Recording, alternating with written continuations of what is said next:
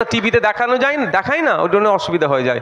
যদি টিভিতে দেখানো হতো না, আমার কদিন আগে ফুরফুরা শরীফ থেকে এক পীর সাহেব বলেছে সিটের সংখ্যা বাড়বে, আমরা 2021-এর নির্বাচনের পরেই বুঝে গেছিলাম ডবল। উনি আজকে বলছেন, আমরা অনেক আগেই বুঝে গেছিলাম। আমাদের দলের প্রতিষ্ঠাতা আমাদের বড় ভাইজান আমাকে শুধু একটা কথা বলেছিল, টিকে থাক, মানুষ তোদের দিকে আর পিছনের দিকে তাকাতে হবে না। আর বাস্তব বাস্তব তো আজকে ওনার শুভবুদ্ধির উদয় হয়েছে, অনেক আগেই আমার বড় ভাইজান সে কথা বলে দিয়েছিল। দেখ, টিভি, বিধানসভা টিভি যদি থাকতো আমি কি বলছি জানতে পারতেন, আমার এরকম বক্তব্য দিতে আর লাগতো না। ওইটাই ক্যাটিং করে আমাদের ছেলেরা মোড়ে মোড়ে লাগিয়ে আমাদের ভোট প্রচার হয়ে যেত।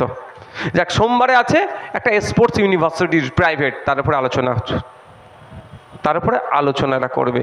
সোমবারই আমি উত্তর দেবো সেখানে। কিন্তু আমার এখানে বলার কারণ হচ্ছে আমিও ভলিবল প্লেয়ার ছিলাম। আমাদের মধ্যে থেকে যারা স্পোর্টস কোটায় চাকরি বা পশ্চিমবাংলায় রেলে, আপনার সেলে বা বিভিন্ন জায়গায় চাকরির জন্য যারা এগোতো, তাদেরকে সেই সময় আপনার কম্পিটিশান হতো। ধরুন না 5 জনকে নেবে, 50 জন তো অ্যাপ্লাই করেছে, অ্যাপ্লিকেশান তো 50 জন করেছে, তো 50 জনের রেজাল্ট যা আছে, আবার কি পারফর্ম কি করছে সেটা হতো। আমি বলছি 2010 সালে যারা চাকরি পেয়েছে স্পোর্টস কোটায়, হয়তো এখন মামলা হয়ে চাকরি বাতিল হয়ে গেছে, আবার তাদেরকে যদি বলে তোমরা আবার খেলার তোমার পারফরমেন্স দেখিয়ে ঢুকতে হবে, তাহলে আজকের দিনে যে ছেলেটি পারফর্ম করছে আর 2010-এ যে ছেলেটি পারফর্ম করছে একই হবে? কম্পিটিশনে দাঁড়াতে পারবে? সে তো আর সেই রকম জওয়ানির মতো খেলতে পারবে? তার তো এখন 40 বছরের কাছাকাছি, 32 বছর বয়স হয়ে গেছে, 35 বছর। আর একটা 18-20 বছরের ছেলের যা পারফর্ম করবে সেটা করতে পারবে কি? তাহলে স্বাভাবিকভাবে সে পিছনে যাবে। তাহলে এই যে 26,000, এরা প্রায় 7 বছর 6 বছর চাকরি করছে, এরা তো অন্য একটা ডিটেলে করছিল, সিলেবাস চেঞ্জ হয়েছে এর মধ্যে অনেক। তাহলে এরা ক্ষতিগ্রস্ত হচ্ছে। আমরা এদের পক্ষ নিয়ে যে 15,004 জন যারা আছে, রাজ্য সরকার দায় স্বীকার করে স্যালেন্ডার হোক রিভিউতে হয়ে, এদের ওএমআর শিট 22 লক্ষ পাবলিশ করুক, এবং সেখান থেকে এদের যারা বৈধপন্থা অবলম্বন করে চাকরি পেয়েছে তাদের আবার স্কুলে পাঠানো হোক, এই দাবি আমরা করছি। একটা গুরুত্বপূর্ণ বিষয় দুটো আছে, একটা পরিযায়ী শ্রমিকদের উপরে জুলুম অত্যাচার। আমি যখন এখানে বসেছিলাম, আমাকে বেশ কিছু কাগজ দিয়েছে, দিয়ে বলছে এর উপরে আপনার সই স্ট্যাম্প মেরে দিলে ওরা বোম্বাইয়ে থাকে। এই আজকেই আমি স্টেজে এসেছিল, আমরা এখানে কোথাও আছে হয়তো, যে বোম্বাইয়ে থাকে, ওদেরকে তুলে নিয়ে চলে যাচ্ছে, বাংলায় কথা বলছে বলে বাংলাদেশি। তাহলে এমএলএর একটা ছবির উপরে স্ট্যাম্পওয়ালা কাগজ থাকলে অন্তত সেটা দেখালে ছাড় পেতে পারে। এত তো করতে লাগতো না, ওকে বোম্বাই থেকে আমার কাছে আসতে লাগতো না।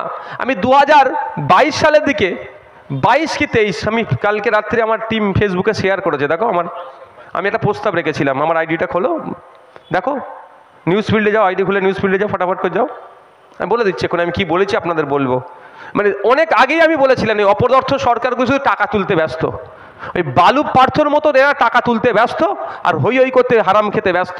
আমি 2022-23-এ যেটা বলেছিলাম যদি করতো, ওই ছেলেটিকে বোম্বাই থেকে এখানে আসতে হতো না। বোম্বাই ওকে পুলিশ ডিস্টার্ব করলে ওখানে আমাদের অফিসার থেকে ও কি সমাধান করে দিত, তার প্রমাণ আমি দেখছি। আমার নিউজ ফিল্ডটা দাও না, হ্যাঁ দে তো দে। আমি 2022 সালে বিধানসভায় দাঁড়িয়ে একটা কথা বলেছিলাম, বিধানসভায় দাঁড়িয়ে অনেক কথা বলেছিলাম, আমি জিনিসটা বলে দিচ্ছি। 21/6/2022 সালে আমি বিধানসভায় বলেছিলাম যে আমাদের যারা পরিযায়ী শ্রমিক বিভিন্ন রাজ্যে আছে, প্রত্যেকটা রাজ্যে একটা করে অফিসার দিয়ে রাখুক। আচ্ছা বলুন, মহারাষ্ট্রের লোকাল ল্যাঙ্গুয়েজ কি? মারাঠি, আমি মারাঠি বলতে পারবো? তামিলনাড়ুর লোকাল ল্যাঙ্গুয়েজ কি? তামিল, তেলেগু, বিভিন্ন রাজ্যে লোকাল ল্যাঙ্গুয়েজ আছে। হিন্দিটা আমরা কুতিয়ে কাতিয়ে হয়তো বলে নিতে পারবো, কিন্তু সাউথ ইন্ডিয়া বিশেষ করে যদি সাউথ ইন্ডিয়ার একটা থানা তুলে নিয়ে চলে যায় তামিলনাড়ুর কাউকে, তেলেগু, আমার তামিলনাড়ুতে কাজ করছে আমার কোনো ভাই, এই তুই বাংলাদেশি, নিয়ে চলে গেল, ওদের ভাষায় বললো। বা ও যদি বলে স্যার আই অ্যাম ইন্ডিয়ান, ইংলিশে বললো, তাহলে yes I have lot of evidence, this is my ID card, voter ID card, this is my pan card, this is my voter card, passport দেখাবে। ও তো কথাটা বুঝতে পারলে তো দেখাবে, হয় ইংলিশে কথা বলতে হবে নাহলে লোকাল ল্যাঙ্গুয়েজে। ভাই আমার পেটে যদি অত বিদ্যা থাকতো আমি আর ওখানে গিয়ে কাজ করতাম, সোনা ঘষতাম না, 36 তলার উপরে উঠে কোমরে দড়ি বেঁধে ঝুলে রং করতাম। ভাই ভুল বলছি নাকি? আমার ওই ক্ষমতা নেই। তাহলে আমি যদি বলি না গো স্যার আমি বাঙালি, আমার পশ্চিমবাংলায় বাড়ি, ও বলবে কি বলছে দেখ তো ভালো করে, আমি ধরে নিয়ে এসেছি বলে কি আমাকে উল্টো পাল্টা ভাষায় কথা বলছে? হতে পারে তো নাকি? তা আমি বলেছিলাম 2021 সালে যে কিছু প্রস্তাব রেখেছিলাম, প্রস্তাবগুলো আপনাদের বলছি। আমাদের রাজ্য থেকে যে সমস্ত রাজ্যে শ্রমিকরা যাচ্ছে তাদের একটা তথ্য জোগাড় করা, এটা কিন্তু করেছে, এটা করেছে অনেক পরে, 1 বছর 1.5 বছর পরে। সাথে সাথে এটা বলেছিলাম আমাদের রাজ্যে যে সমস্ত রাজ্যের কাজে যাচ্ছে তাদের দেখভালের জন্য একটা বোর্ড, পৃথক বোর্ড গঠন করা, এটাও করেছে, যেটা করেছে সেটা বলবো। তাহলে একা নওশাদ সিদ্দিকী কি করতে পারে না করতে পারে এটাও কিন্তু প্রমাণ তার। হ্যাঁ, বলে একজন কি করবে, দুটো কাজ করেছে। 3 নম্বর যেটা বলেছিলাম, এই শ্রমিক যারা আছে ভিন্ন রাজ্যে গিয়ে কাজ করছে, এদের আলাদা করে একটা আইডেন্টি কার্ড আমাদের রাজ্যের পক্ষ থেকে দেওয়া হোক শ্রমিকদের জন্য। তাকে পুলিশ প্রশাসন সেই রাজ্যের যদি কেউ ধরে সাথে সাথে দেখিয়ে দেওয়া, এটা পশ্চিমবাংলা সরকারের ইস্যু করা আইডি কার্ড। এই আইডি কার্ড দিয়ে আমি পশ্চিমবাংলা থেকে এসেছি, আমি একজন মাইগ্রেন্ট লেবার। তারপরে আমি প্রস্তাব রেখেছিলাম যে সমস্ত রাজ্যে আমাদের রাজ্য থেকে শ্রমিকরা গিয়ে কাজ করছে একটা করে সরকারি অফিসার রাখা হোক। কোনো সময় আমি বিপদে আপদে পড়লে, আমার কেউ মারা গেল বা আমাকে কেউ পুলিশে ডিস্টার্ব করলো, আমি কারো দ্বারা প্রতারিত হলে আমি আমার নোডাল অফিসারকে ফোন করব, নোডাল অফিসার কনসার্ন দপ্তরের সাথে কথা বলে আমার সমাধান করবে। এটা কিন্তু করেনি। আজকে বলুন, আপনারা দেখছেন যারা এই ভিন্ন রাজ্যে কাজে যাচ্ছে বাংলাদেশি বলে তুলে দিয়ে চলে যাচ্ছে না, এ হচ্ছে তো নাকি? আজকে আমাকে কাগজে সই করাতে এসছে কেন? না এটা ফোন কর, আমাকে কাগজে সই করাতে এসছে কেন? এই দুজনকে ধরতে বাংলাদেশে পাঠিয়ে দিয়েছিল, 2-4 জনকে ধরে বাংলাদেশে পাঠিয়ে দিয়েছিল, মানে বর্ডারের উপরে ফেলে দিয়েছিল বাংলায় কথা বলার জন্য। আজকে যদি মহারাষ্ট্রের ঘটনা, এটা মহারাষ্ট্রে যদি আমার সেই অফিসারটা থাকতো, কি করতো, যখনই একে ধরতো ও বলতো স্যার এলান আমার অফিসারের নাম্বার একটু কথা বলুন বা ওনাকে ডাকুন। স্বাভাবিকভাবে ডাকতে বাধ্য, জানাতে বাধ্য। অফিসার আসতো, এখান থেকে কাগজ যেত, প্রমাণ দিয়ে দিত, পশ্চিমবাংলা সরকারের স্টাম্প দিয়ে মহারাষ্ট্রের সরকারকে দিত যে এটা আমার পশ্চিমবাংলার নাগরিক, একে ডিস্টার্ব তুমি করবে না। অসুবিধা হতো ভাই? এটা করেনি কেন? মার খাচ্ছে কে? গরিব হিন্দু। মার খাচ্ছে কে? গরিব মুসলমান। মার খাচ্ছে কে? এসটিরা। তো ওরা মার খাক না, আমার বয়ে গেছে, এইরকম একটা অনড়ভাব। আজকে বলুন, আমাদের পশ্চিমবাংলাতে উড়িষ্যায় কদিন আগে দেখেছেন বাঙালি হওয়ার জন্য মারছে। শুধু মুসলমান নয়, ভাববেন না যে মুসলমান শ্রমিককে তাড়িয়ে দিচ্ছে, গলায় তুলসী মালা ছিল তাকেও তাড়িয়েছে। তাহলে পশ্চিমবাংলা থেকে 30,000 শ্রমিক উড়িষ্যাতে গিয়ে কাজ করে, 30,000 শ্রমিক। আর উড়িষ্যা থেকে 3 লাখ শ্রমিক পশ্চিমবাংলায় এসে কাজ করছে। কাদের জ্বালাটা বেশি ধরবে ভাই? উড়িষ্যার তো। আমার পশ্চিমবাংলা সরকার যদি উড়িষ্যা সরকারকে ফোন করে বলতো যে আমার বাঙালি শ্রমিকের উপরে যদি হাত ওঠে আমি কিন্তু 30,000কে ফেরত নিয়ে চলে আসবো, তোমার 3 লাখকে কিন্তু আমি ফেরত পাঠিয়ে দেবো, তাহলে আর একটাও আক্রান্ত হতো? বুঝতে পারলেন না কথাটা? আপনার থেকে বিহারে, মহারাষ্ট্র থেকে প্রায় 5 লাখ শ্রমিক আমাদের ওয়েস্ট বেঙ্গলে কাজ করে। আর আমার এখান থেকে খুব বেশি হলে 50,000 কি 1 লাখ শ্রমিক মহারাষ্ট্রে কাজ করে। মহারাষ্ট্রে কদিন আগে সোমনাথ দেবনাথকেও বাড়ি আপনার বীরভূমে গলা কেটে খুন করে দিল। যদি আমার রাজ্য সরকার এই মহারাষ্ট্রের সরকারকে বলতো যে আমার এরপর থেকে যদি আমার এক শ্রমিকের ওপরে কোনো অত্যাচার হয় তোমার 5 লাখকে কিন্তু আমি পুশব্যাক করব, আমার 1 লাখকে কিন্তু আমি ফিরিয়ে নিয়ে চলে আসব, তাহলে মহারাষ্ট্র সরকার উঠে পড়ে লাগতো না যে বাবা ওদের সাথে লাগিস না? কারণ 5 লাখ মানে 15 লক্ষ কম করে লোক, তাহলে ক্ষিপ্ত হবে মহারাষ্ট্র সরকারের ওপরে, আমার 1 লাখ ফিরিয়ে নিয়ে চলে আসবো আমরা, কারণ তার পরিবার পরিজন আছে। এটা কি করছে? কেন করেনি? মাঠটা খাচ্ছে তো আব্দুল করিম, মাঠটা খাচ্ছে তো হাসদা, মাঠটা খাচ্ছে তো কে? নমশূদ্র, মাঠটা খাচ্ছে কে? দলিত হিন্দু। মার খা করা, ওরা তো জন্ম হয়েছে মার খাওয়ার জন্য, এটাই ভাবে তো। তাহলে উত্তরপ্রদেশে আজকে শুভেন্দু বাবু হিন্দু হিন্দু ভাই ভাই গল্প শোনাচ্ছ, উত্তরপ্রদেশে ক্ষমতায় আসার আগেও কিন্তু হিন্দু হিন্দু ভাই ভাই স্লোগান তুলেছিল এই যোগী আদিত্যনাথ। আর এখন দেখুন না, দলিত হওয়ার অপরাধে, নমশূদ্র হওয়ার অপরাধে, মানে পিছড়ে বর্গের হিন্দু হওয়ার অপরাধে তারা কি করেছিল? অপরাধটা কি?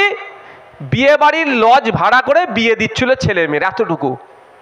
উচ্চ বর্ণের লোকেরা এসে গুছিয়ে পিটিয়েছে, বর বউকে ছাড়েনি, পিটিয়ে বলছে তুম লোগों का इतना हिम्मत है, तुम लोग पिछड़ का हो, तुम लोग यहाँ पे शादी करोगे ऐसे? जैसे ওরা মানে কি, তোমরা পিছড়ে বর্গের মানুষ, তোমরা দলিত হিন্দু, তোমাদের এত সাহস হয়ে গেল তোমরা লজে বিয়ে দেবে? মানে জন্ম তোমাদের হয়েছে লাথি খাওয়ার জন্য, তোমাদের জন্ম হয়েছে মার খাওয়ার জন্য। সাউথ ইন্ডিয়াতে আদিবাসী সমাজের ছেলে ইঞ্জিনিয়ারিং 4th সেমিস্টার চলছিল, তাকে তুলে নিয়ে গিয়ে মারধর করে তার পিচ্ছাপ তাকে খাওয়াতে বাধ্য করেছে। কারণ অপরাধ কি? তুই আদিবাসীদের ছেলে, তুই ইউনিভার্সিটিতে এসে পড়বি? চুনি কোটাল লোধা সবর জাতির প্রথম গ্রাজুয়েশন করা মেয়ে, সে যখন ইউনিভার্সিটিতে গিয়েছিল তাকে এমন মানসিক টর্চার করেছে, তাকে আত্মহত্যা করতে বাধ্য করিয়েছে। ওই লোধা সবর জাতির সর্বপ্রথম তিনি মহিলা যিনি গ্রাজুয়েশন কমপ্লিট করেছিলেন। মানে লোধা সবর জাতি, তোরা মেখাস স্যানকাস হ্যানকাস, তোরা ইউনিভার্সিটিতে আসবি? এইভাবে অপমান করে, মানে ওরা ইউনিভার্সিটিতে আসতে পারবে না, ওরা আসতে পারবে না, ওরা বন জঙ্গলে থাকবে, এইরকম একটা ভাব। তো আমাদের রাজ্য সরকার এই জন্যই কথা বলছে না, কারণ মার খেচ্ছে তো মুসলমান, জন্ম হয়েছে মার খাওয়ার জন্য। মার খেচ্ছে তো দলিত, জন্ম হয়েছে পায়ের নিচে বসে থাকার জন্য। মার খেচ্ছে তো আদিবাসী, জন্ম হয়েছে তো ওই ধরনের করার জন্য। মানে ওনাদের একটা এই ভাব, মনোভাব। তো এটার থেকে সমাধান পেতে গেলে আপনাকে আমাকে ওই দপ্তর পরিচালনার দায়িত্ব নিতে হবে, আপনাকে আমাকে রাজ্য পরিচালনার দায়িত্ব নিতে হবে, আপনাকে আমাকে শ্রম দপ্তর পরিচালনার দায়িত্ব নিতে হবে। আগামী দিনে যদি 2026 সাল এসেছে, আমি আপনার দায়িত্ব নিয়ে বলছি, যদি আমাদেরকে পরিচালনার দায়িত্ব দেন, কোন রাজ্যের যদি একটা কোনো বাঙালি শ্রমিকের উপরে আঘাত আসে, এখান থেকে এই রাজ্যের পক্ষ থেকে সেই রাজ্যকে থ্রেট নয়, ভয়ঙ্কর ভাবে থ্রেট দেওয়া হবে। যদি আমাদের কোন নাগরিকের উপরে আক্রমণ আছে, ওই রাজ্যের কোন নাগরিক তাহলে তার ঘাড় ধরে এই রাজ্য থেকে বার করে দেওয়া হবে।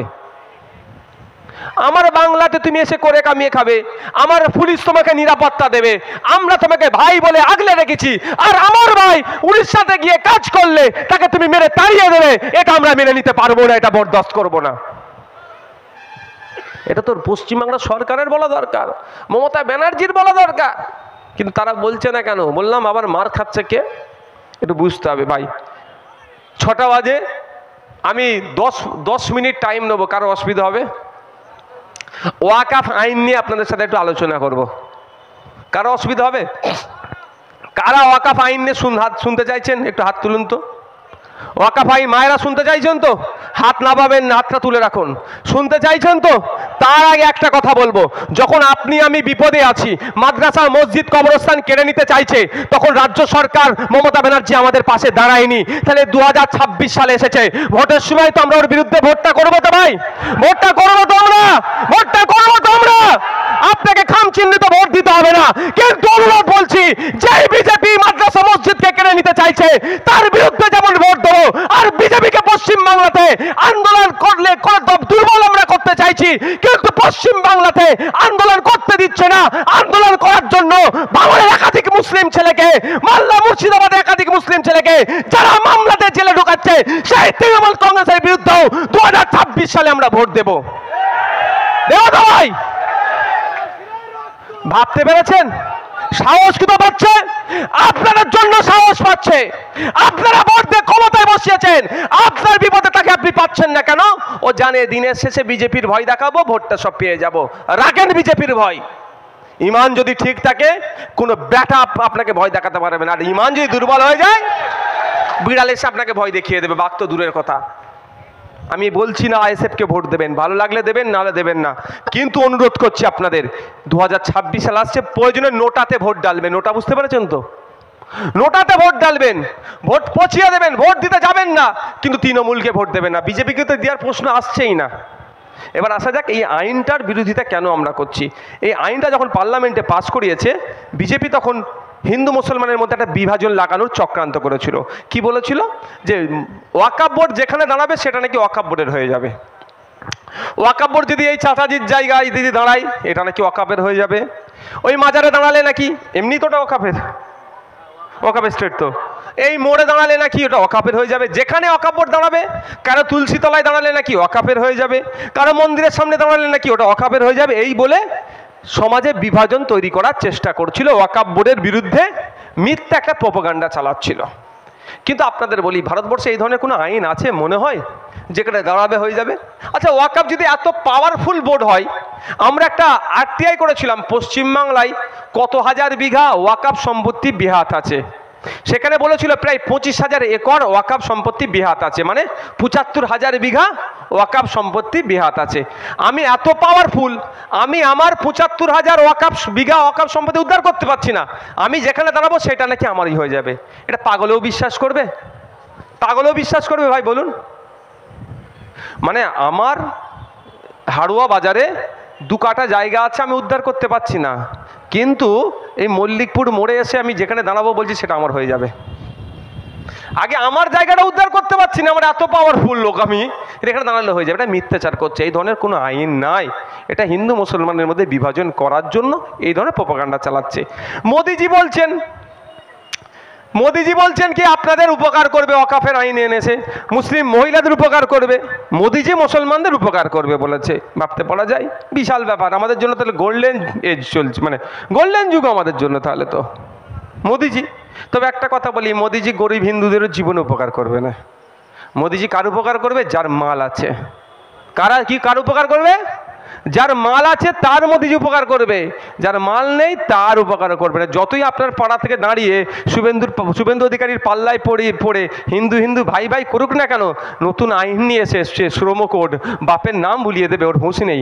ও তো শ্রমজীবী মানুষ তো ভাই, মাথার ঘাম পায়ে ফেলে যা ইনকাম করছে আর থেকে বেশি কষ্ট করে কম ইনকাম করবে, সব শোষণ করবে। নতুন আইন নিয়ে এসেছে মোদিজি, বড়লোক হিন্দুদের জন্য, বড়লোক শিল্পপতিদের জন্য নিয়ে এসেছে, ওর বন্ধুদের জন্য নিয়ে এসেছে, গরিবকে শোষণ করবে বলে। এই গরিবের মধ্যে আমি আপনি সবেই পড়ে যাচ্ছি, হোঁশ নেই কিন্তু ওদের। যাক, মোদিজি ভালো চাইবে বলেছে, ভালো কথা। আমি আইনটা পড়ে দেখলাম, কেমন ভালো চাইছে একটু শুনে নেন আপনারা। মাইকের আওয়াজ যাচ্ছে, মার্কেটের লোকজন আছে, ভিন্ন ধর্মের জাতের মানুষজন আছে, সবাইকে উদ্দেশ্য করে বলছি, একটু আপনারা শুনুন মোদিজি মুসলমানদের কেমন উপকার করতে চাইছে। এই আইনে আগে বলা ছিল, এই আইন নিয়ে কেউ দুর্নীতি করলে, এই সম্পত্তি নিয়ে দুর্নীতি করলে 2 বছর পর্যন্ত জেল হবে তার। এখন মুসলমানদের উপকার করতে গিয়ে জেলের পরিমাণটা 6 মাস করে দিয়েছে, 1.5 বছর কমিয়ে দিয়েছে। এটা উপকার হলো না অপকার হলো? সম্পত্তি দুর্নীতি তো আরো বেড়ে যাবে। যদি মোদিজি বলতো মুসলমানদের ওয়াকাফ সম্পত্তি দিয়ে কেউ দুর্নীতি করলে 2 বছর জেল ছিল, এটা 12 বছর করে দিলাম, আমি মোদিজিকে স্টেজ থেকে স্যালুট জানাতাম। তাহলে ওয়াকাফ সম্পত্তি দিয়ে কেউ তাকাতো না। আপনাদের হাড়ুয়া বিধানসভার মধ্যে পীর গোরাসাদ আব্বাসী রহমতুল্লাহ আলাইহির মাজার, কত বিঘা সম্পত্তি? 1000 বিঘা সম্পত্তি ছিল, এখন খোঁজ নিয়ে দেখুন 5 বিঘা সম্পত্তি পাবেন না। তাহলে যদি ওই আইনটা করতো, ভয় সব জায়গা ছেড়ে পালাতো না, 12 বছর জেলে থাকতে হবে, মার্ডার করার মতো সমান হয়ে যাবে। করেনি। এই আইনে বলা আছে যে ইন্ডিয়ান লিমিটেশন অ্যাক্ট 1963 একটা অর্ডিনারি আইন। এই যে চাচাজির জায়গা দিয়েছে, এই জায়গায় যদি কেউ 12 বছর এরকমভাবে থেকে যায়, চাচাজি যতই চেষ্টা করুক না কেন তাকে তুলতে পারবে না আইন অনুযায়ী। ইন্ডিয়ান লিমিটেশন অ্যাক্ট বলছে কোনো জায়গায় 12 বছরের অধিক কোনো মানুষ যদি বসবাস করে ফেলে, তার সত্তার মালিক সে হয়ে গেল। কাগজ কলম চাচার থাকলেও ও হবে না, কিন্তু বসতে দিতে হবে তাকে। কোর্ট কাছারি যাই হবে, যে 12 বছর ধরে আছে তাকে দিতেই হবে। যতই কোর্টে যাও, সুপ্রিম কোর্টে গেলেও বলবে ওই যে 12 বছর ছিল তাকে দিতে হবে জায়গা, তোমাকে কিছু জায়গা দিতেই হবে। কিন্তু এতদিন পর্যন্ত ওয়াকাফ সম্পত্তির ওপরে 12 বছর কেন 22 বছর কেউ বসে থাকলে সেটা ওয়াকাফেরই হবে। শুধু ওয়াকাফের নয়, আপনাদের এখান থেকে দেগঙ্গা কতটা কাছাকাছি? দেগঙ্গার বিখ্যাত ধাম আছে না, চাকলা ধাম। চাকলা ধামের সম্পত্তির ওপরে কেউ 12 বছর 22 বছর 32 বছর বসে থাকলেও জীবনে সে দাবি করতে পারবে না। ঠিক একইভাবে খ্রিস্টান, আদিবাসী, খ্রিস্টান, শিখ, জৈন, পার্সি, বিভিন্ন যে ধর্মের মানুষ আছে, ধর্মীয় সম্পত্তিতে 12 বছর কেন 22 বছর বসে থাকলেও সে দাবি করতে পারবে না। ঠিক ওয়াকাফেরও ছিল। কিন্তু মোদি আপনার উপকার করার নামে কত বড় বাঁশটা দিয়েছে আপনাদের একটু জানতে হবে তো ভাই। মোদি উপকার করছে মানে তো বাঁশ তো নিজ্ঞাত ভাবেই আছে, তাই না? ওই লিমিটেশন একটা প্রযোজ্য ছিল না। নতুন আইনে বলেছে, প্রিন্সিপাল অ্যাক্ট 1995-এর যে আইনটা ছিল তার সেকশন 107-এ ছিল এটা, যে লিমিটেশন অ্যাক্ট প্রযোজ্য হবে না। নতুন আইনে 107টাতে তুলে দিয়েছে। মানে এই যে পীর গোরাচাঁদ আব্বাসী রহমতুল্লাহ আলাইহি হুজুরের মাজারে যে জায়গাটা 995 বিঘা সম্পত্তি বিহাত হয়ে আছে, এখন সিট দ্বারা সুক্ত সরকার আসেনি বলে উদ্ধার করতে পারেনি। আগামী দিনে আমাদের মতো কোনো সরকার আসলে তো উদ্ধার করবো, ছাড়বো নাকি? চাল ওঠ, মাজারের জায়গা মাজারে ফেরত দে। মন্দিরের জায়গা দখল করে রেখে, চাকলা মন্দিরের জায়গা, চল ওঠ, মন্দিরের জায়গা মন্দিরে ফেরত দে, গির্জার জায়গা ওঠো, অনেক হয়েছে, অনেক ভোগ করেছে, চলো কেটে পড়ো, মন্দির গির্জাকে ফেরত দাও। করবো তো, আমাদের মতো সরকারকে যদি চলে আসে, আপনি যে সুযোগ দেন। তো ওই এখন যে আইনটা করেছে আর পারবেন না ওয়াকাফেরটা, বাকি চাকলা ধামেরটা পারবেন, আপনার গির্জারটা পারবেন, মন্দিরেরটা পারবেন, দেবত্ব সম্পত্তি পারবেন, শুধু আপনি পারবেন না কোনটা? ওয়াকাফ সম্পত্তিটা। এবার 995 বিঘে জমি আর উদ্ধার করতে পারবেন না নতুন যে আইনটা নিয়ে এসেছে। তাহলে উপকার করলো না ক্ষতি করলো? এবার কেমনভাবে ক্ষতিটা হয়েছে? এই ক্ষতিটা সংবিধানকে আঘাত দিচ্ছে কি দিচ্ছে না? সংবিধানের 15 নম্বর আর্টিকেলে বলা আছে, 14-15 দেবেন, ইকুয়ালিটির কথা বলা আছে। 15 নম্বর আর্টিকেলে জাত, ধর্ম, বর্ণ, লিঙ্গ এইসব দেখে আলাদা করে বিচার করা যাবে না। তাহলে আমি প্রশ্ন করব, আমি একজন সংবিধান প্রেমী মানুষ, কারণ আমার দাদু স্বাধীনতা সংগ্রামী ছিল, পীর আবু বকর সিদ্দিক রহমতুল্লাহ আলাইহি, লড়াই করেছে বলে আজকে সংবিধান পেয়েছে। আপনার আমার পূর্বপুরুষ বিনয়ী বাদল দীনেশ ছিল, আপনার আমার পূর্বপুরুষ গান্ধীজি ছিল, আপনার আমার পূর্বপুরুষ প্রীতিলতা ওয়াদ্দেদার ছিল, আপনার আমার পূর্বপুরুষ ছিল কে? নেতাজি সুভাষচন্দ্র বোস। আপনার আমার পূর্বপুরুষরা ছিল স্বাধীনতা সংগ্রামী, তারা লড়াই করে সংবিধান দিয়েছে। সংবিধানের 15 নম্বর আর্টিকেলে ভায়োলেট হচ্ছে। আপনি মুসলমানের জন্য আইন আলাদা করে দিলেন, মুসলমানের দান করা সম্পত্তির ওপরে কেউ 12 বছরের আইনটা আপনি তুলে দিলেন। তাহলে আমি প্রশ্ন করব, তাহলে শিখেদের ক্ষেত্রে রেখেছেন না তুলে দিয়েছেন? হিন্দু ভাইদের ক্ষেত্রে রেখেছেন না তুলে দিয়েছেন? খ্রিস্টানদের জন্য রেখেছেন না তুলে দিয়েছেন? জিজ্ঞাসা করবো না আমরা? জিজ্ঞাসা করবো তো। তাদের ক্ষেত্রে আপনি রাখলেন আর মুসলমানদেরটা তুলে দিলেন কেন? তাহলে ওই সংবিধানের 15 নম্বর আর্টিকেলে আপনি আঘাত দিচ্ছেন। জাত, ধর্ম, বর্ণ, লিঙ্গ দেখে আলাদা বিচার করা যাবে না যেখানে সংবিধান বলছে, আর আপনি জাত বা ধর্ম দেখে আলাদা বিচার করছেন। এর বিরুদ্ধে তো আমাদের লড়াই। আমরা কেন লড়াই করছি? আগামী দিনে নতুন করে ওয়াকফ করার জায়গা বন্ধ করে দিয়েছে। এই ওয়াকফ অনেক টাইপের আছে, আমি মানে বিভিন্নভাবে ব্যাখ্যা আছে, আমি 2 ধরনের প্রচালিত। ওয়াকফে লিল্লাহ, ওয়াকফে আওলাদ। ওয়াকফে লিল্লাহ মিন্স মাদ্রাসা মসজিদ আল্লাহর রাস্তা দিয়ে দেওয়া, আর ওয়াকফে আওলাদ এই মল্লিকপুর বাজারে আপনি মালিক পিতা, আপনি একটা দোকান কিনেছেন, দেখছেন যে আপনি আপনার অবর্তমানে যদি ছেলেকে আমি শুধু দলিলের কাগজ করে দিয়ে চলে যাই, ছেলে বিক্রি করে দিতে পারে, বিক্রি করে টাকা তুলে খেয়ে নিতে পারে, তাহলে পুতা তার ছেলে তার ছেলে তার ছেলে আর ফায়দা পাবে না। আপনি আপনার পরের প্রজন্মের কথা ভেবে সম্পত্তিটাকে কি করলেন? অফ করে দিলেন। ওয়াকফে আওলাদ অর্থাৎ ফ্যাসিলিটিস, দোকান চালাবে, দোকানকে মানে করবে, কিন্তু বিক্রি জীবনে করতে পারবে না। একবার অফ হয়ে গেলে সারা জীবন আর সেটাই থাকবে অফ। তাহলে আপনার ছেলে তার ছেলে তার ছেলে এটা দোকানটাকে কি ব্যবসা করে খেতে পারবে, কিন্তু বিক্রি করতে পারবে না। ওই জন্য অনেকে অফ করে। এই 2 ধরনের অফকেই বন্ধ করার চক্রান্ত করেছে। নতুন আইনে বলা হচ্ছে যে আপনাকে 5 বছর প্র্যাকটিসিং ইসলামের মধ্যে থাকতে হবে।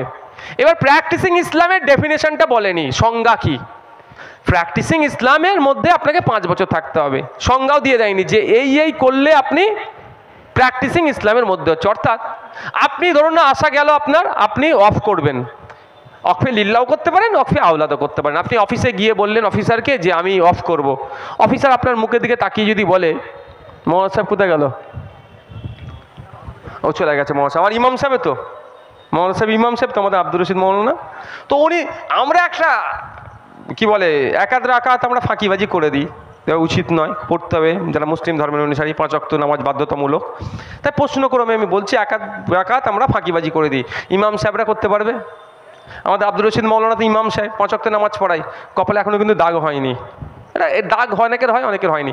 আব্দুর রশিদ মৌলানা ওর ছেলের জন্য, ওনার ছেলের জন্যই যদি অফ করতে যায়, অফিসার যদি দেখে বলে হ্যাঁ তুমি ঠিকঠাক নামাজ পড়োনি, তোমার কপালে দাগ নেই কেন, কি করবে উনি? তাহলে প্র্যাকটিসিং ইসলামের মধ্যে নেই উনি, তার মানে তাহলে অফ আর করতে পারবে না। উনি ঘরে এসে রাগেতে ছিঁড়ে ছাড়ে কপালে দাগ করে নিয়ে গেছে, পরের সপ্তাহে গিয়ে বলবে এই দেখুন আমার কপালে দাগ, আমি ঠিক মতো নামাজ পড়ি, আমি অফ করব। যদি বলে অফিসার বলে এই রমজান মাস, লাস্ট রমজান মাস 29টায় গিয়েছে, তুমি 24টা রোজা রেখেছো, 5টা ছেড়ে দিয়েছো, কোনো মেশিন লাগিয়ে আমাকে চেক করলে বলতে পারবে নওশাদ সিদ্দিকী এবারে 29টার মধ্যে কটা রেখেছে আর কটাতে খেয়েছে সোরের মতো, বলতে পারবে? ভাষা খারাপ হয়ে যাচ্ছে নাকি? কেউ বলতে পারবে? মেশিনে হবে কি? কোনো মেশিনে বলতে পারবে? তাহলে আমি অফ করতে পারবো না। এবার আমি প্রশ্ন তুলবো, সংবিধান আমাকে বলার স্বাধীনতা দিয়েছে, সংবিধান আমাকে রাইট দিয়েছে, তাহলে আমার কোনো হিন্দু ভাইয়ের যদি ইচ্ছে যায় কালকেই আমি, বা কোনো মুসলমান ভাইয়ের যদি ইচ্ছে যায় চাকলা ধামে গিয়ে 2 বিঘে জায়গা দেবো, তাহলে তাকে কি প্রশ্ন করবে? ওটা তো রিলিজিয়াস এন্ডোমেন্ট, যে তুমি 5 বছর ধরে হিন্দু আছো কি না নাই তারপরে তুমি দিতে পারবে।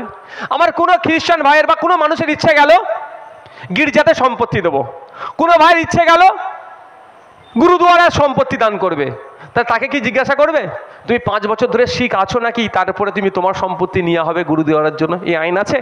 এই আইন নেই। আইনটা নতুন করে মুসলমানদের জন্য 2025-এর আইনে মোদিজি মুসলমানদের উপকারের জন্য করলো। এটা উপকার করলো না অপকার করলো? এটা ক্ষতি করলে এর বিরুদ্ধে আমাদের লড়াই। ভাই সন্ধ্যা হয়ে এসেছে, আমি আর বক্তব্য দীর্ঘায়িত করব না। আমি দুটো বিষয় কথা বলবো আপনাদের, বলে শেষ করে দেবো। দুটো গুরুত্বপূর্ণ কথা। দেখুন মাইকের আওয়াজ অনেক দূর যাচ্ছে, ভাই আপনারা যদি ওটা, আমি কি শেষ করে দেবো?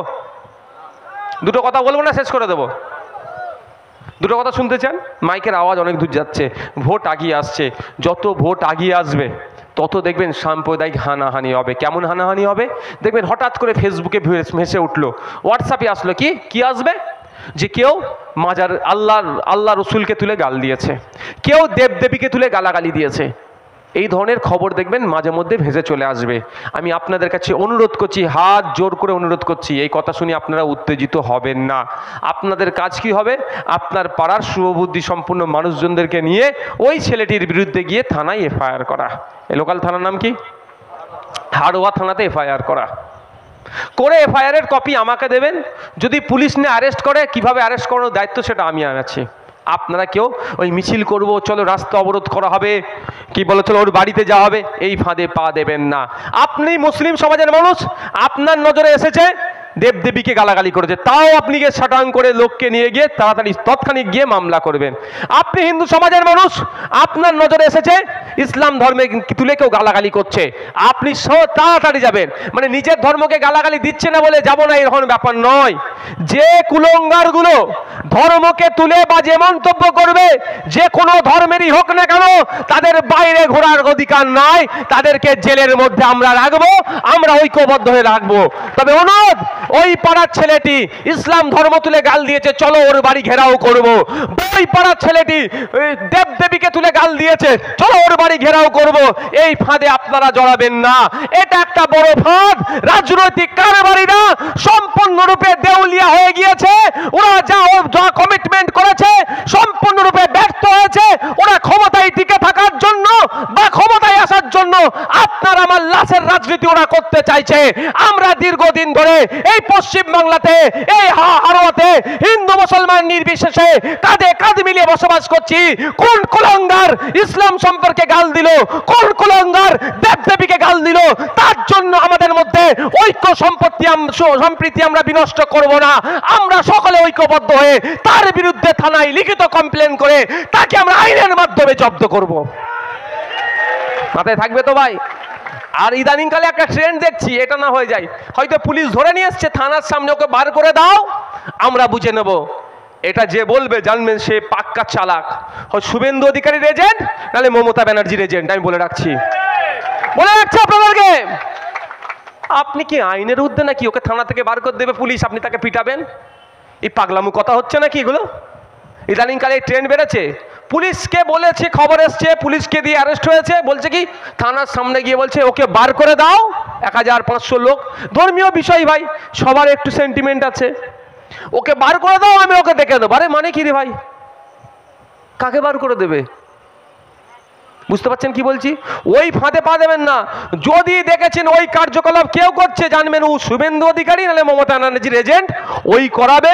কি হবে তারপরে বলছি, হই হই হবে। বার করে দাও, দেখে নেবো, ইনকিলাব জিন্দাবাদ ধর্মীয় স্লোগান কেউ দেবে, কেউ জয় শ্রীরাম দেবে, কেউ অনেক টিভি আল্লাহ আকবার দেবে, গরম গরম হবে, থানাতে ধপাং করে পিছন দিক থেকে একটা ইট ছুঁড়ে দেবে। আপনাদের সাদা মনে কাদা নেই, আপনি ইট ছুঁড়বেন না, পিছন দিক থেকে দাম করে কেউ ইট ছুঁড়ে দিল, পুলিশ লাঠি নিয়ে পাছা পুরো গরম করে দেবে, করবে ভাই। তারপরে কি হবে? ধরপকড় হবে। ওই একটা কুলঙ্গার বলেছে ওকে তো জেলে দেওয়া দূরের কথা, আপনার 50টাকে ধরে ভরে দেবে। তাহলে ক্ষতি হলো না লাভ হবে ভাই? এই বলি ভাই আমার উপরে এত রাগ, এইটা বলে দিই বলে আমার উপর রাগ। আমি ভুল কথা বলছি নাকি ভাই? তাহলে তো আপনি একজনকে অ্যারেস্ট করাতে গিয়ে আপনি 50 জনকে কেস খেয়ে গেলেন, কেন আপনি এটা করতে যাবেন? হ্যাঁ, পুলিশ যদি না অ্যারেস্ট করে তখন তো বলছি কাগজটা আমাকে দেবেন, এফআইআর কাগজটা দেবেন। একটা নওশাদ সিদ্দিকী আপনাদের ছোট ভাই কতটা কি করতে পারে সেটাও দেখবেন। আমাকে দেন না, আমি তো দায়িত্ব নিচ্ছি, আমি নিয়েছি অনেক জায়গায় দায়িত্ব, অশান্তি হতে দিইনি। ওই কুলঙ্গারকে ধরে জেলের মধ্যে ঢুকিয়েছি, এরকম অনেক ঘটনা আছে। দেবদেবীকে গাল দিয়েছে, ধরে ভরে দিয়েছি, কোনো কথা হবে না। তোকে কে ক্ষমতা দিল দেবদেবীকে গাল পড়ার? ধরে ভরে দিয়েছি মানে পুলিশকে দিয়ে এফআইআর করিয়ে অ্যারেস্ট করিয়ে দিয়েছি। আল্লাহ রসুল সাল্লাম সম্পর্কে বাজে মন্তব্য করেছে, পুলিশকে দিয়ে অ্যারেস্ট করিয়ে দিয়েছি। কিন্তু অনুরোধ, এটা ফাঁদে পা দেবেন না। দ্বিতীয় যেটা বলছি সেটা হচ্ছে রাজনীতির জন্য ভাইয়ে ভাইয়ে মারামারিতে জড়াবেন না। শুভেন্দু অধিকারী মন্দিপুর থেকে আসতে এখানে কত টাইম লাগবে জানেন? মাইকের আওয়াজ যাচ্ছে, বিজেপির বন্ধুরা হয়তো শুনতে পাচ্ছে। এখানে শুভেন্দু অধিকারীর কথা শুনে হিন্দু হিন্দু ভাই ভাই করে গুঁতো দিয়ে দিলেন কাকে? শুভেন্দু অধিকারীর ওখান থেকে আসতে কত টাইম লাগবে বলুন তো? কম করে 4 ঘন্টা মেদিনীপুর থেকে। তার আগে তো ভিটে মাটি চাটি হয়ে যাবে। আপনি জয় বাংলা বলে কাউকে এত ধারণ করে দিয়ে দিলেন। লাবণ্য থেকে, কালীঘাট থেকে মমতা ব্যানার্জি আসবে নাকি? আসবে মনে হয়? অভিষেক ব্যানার্জি আসবে? মমতা ব্যানার্জি আসলেও আসতে পারে, অভিষেক ব্যানার্জিকে খুঁজে পাবেন না, বলে ও মর্গে যাক। আমি বলেছি নাকি কোনোদিন বলেছে কাউকে মারপিট করতে? তাহলে ক্ষতি কাটতে হবে। আবার আমি আইএসএফের নিয়ম ধরে কাউকে ঝাপাং করে দিয়ে দিলেন। আমি যদিও বারণ, কোনোদিন বলা নেই, ওই হুকুম নেই, আর হুকুম জীবনেও দেবো নি, বরঞ্চ আটকে রাখি। আমরা মার খাই, আমি মারতে দিই না। তো আমি ফুরফুরা শিফট থেকে আসতে কত টাইম লাগবে? মিনিমাম 2.5 ঘন্টা। তা 2.5 ঘন্টার আগে সব তো সিন শেষ হয়ে যাবে। তাহলে আপনি কেন মারামারি হানাহানিতে জড়াবেন? কে আপনার ওটা? কে Trinamool, BJP, CPM, ISF, Congress করছে? কে ওগুলো? কে আপনাদের শত্রু? আপনাদের তো প্রতিবেশী, কারো ভাই, কারো চাচা, কারো জ্যাঠা, কারো মামা। সকালবেলা উঠে এক চায়ের দোকানে দেখা হয়। আপনাদের লজ্জা লাগে না?